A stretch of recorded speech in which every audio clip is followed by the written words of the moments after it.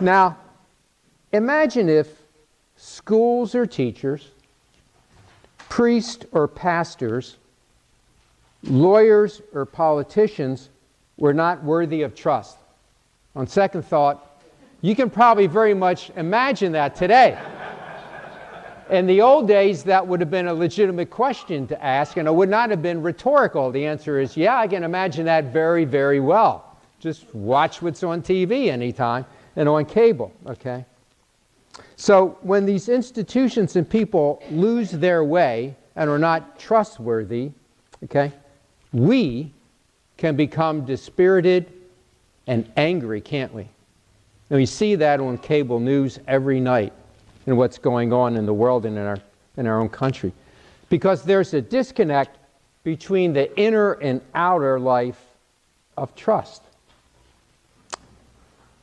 The terrorism and public violence we see on the news today is absolutely terrifying.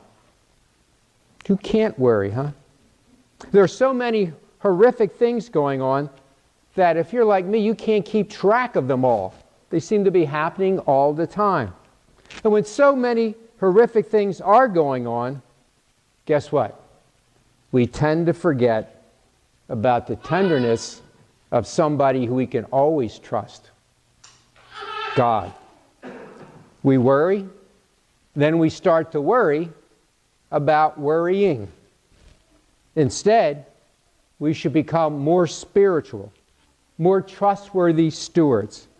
We need to look into the tender eyes of God, just like the child looks into the tender eyes of her mother. We should pray our responsorial psalm for this evening, Psalm 62. Trust in Him, we hear.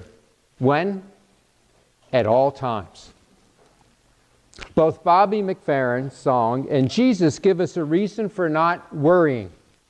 The song, here we go. In every life, we have some trouble. When you worry, you make it double. Don't worry, be happy. But Jesus, you see, gives us a better reason for not worrying. We have someone we can trust all the time, no matter what. No matter what's going on around us, no matter what we're doing. We can trust in God's care for each one of us. Something we can do while this is going on in our world. Memorize the tender words from today's reading from Isaiah, that first reading, and recall them when times are tough. In today's gospel, we got to remember, Jesus was addressing people just like us. So we need to heed His words like they did. Now, when I was putting this together too, something funny happened. It happens a lot. I decided I was going to put a quote from the movie Oh God in it. And guess what showed up on TCM last week? Oh God. Remember George Byrne? I DVR'd it and I watched it just to see if that quote was in there or not. And it was. John Denver says it to him. Remember, God appears to John Denver as George Burns, 80-some years old, with his fisherman's cap on and glasses. Okay? And John Denver says something like, God, how can you permit all the starvation going on in the world and all the many forms of injustice? And George Burns, as God, replies, I don't permit it. You do. Okay?